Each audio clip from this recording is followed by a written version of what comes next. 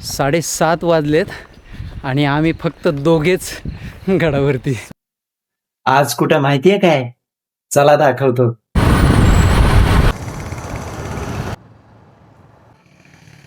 नेहमीसारखंच ह्याही वेळी मी आणि आदिल निघालो एका गड भटकंतीसाठी. असं म्हणतात तो गड म्हणजे सगळ्या गडांचा राजा आहे. व्हिडिओ काढतोय हे बघा.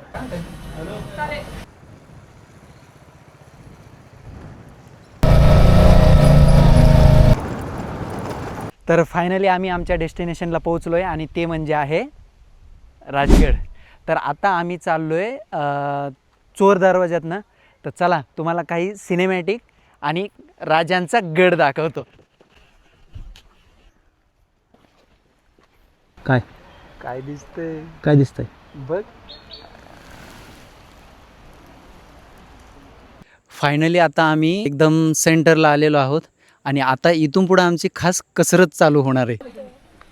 माहिती आहे का, कॉन्टेंट क्रिएशनमध्ये आम्ही नवीन आहे. ठीक आहे, हळूहळू प्रयत्न करू की जास्तीत जास्त कॉन्टेंट डिलिव्हर करण्याचा. दोघे जण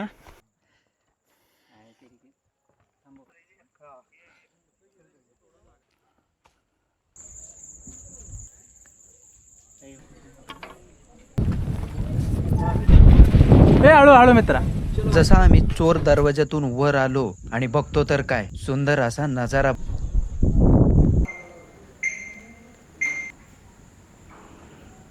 आणि तसंच आम्ही थोडंसं पुढं आलं की आम्हाला पद्मावती देवी आणि रामेश्वराचं मंदिर बघायला भेटतं.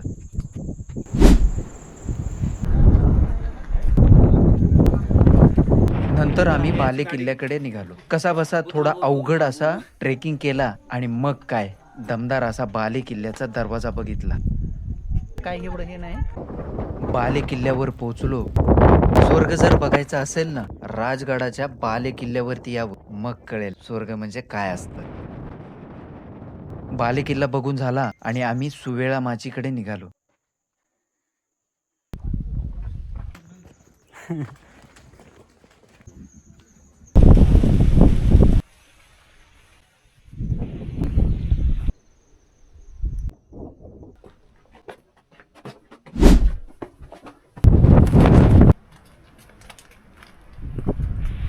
आजपर्यंत ना मी फक्त ऐकलं होतं की राजगड हा कधीच कोणाला नाराज करत नाही म्हणून, पण आज मी अनुभवलंय सुद्धा की खरंच राजगड कधीच कोणाला नाराज करत नाही. गडांचा राजा राजगड.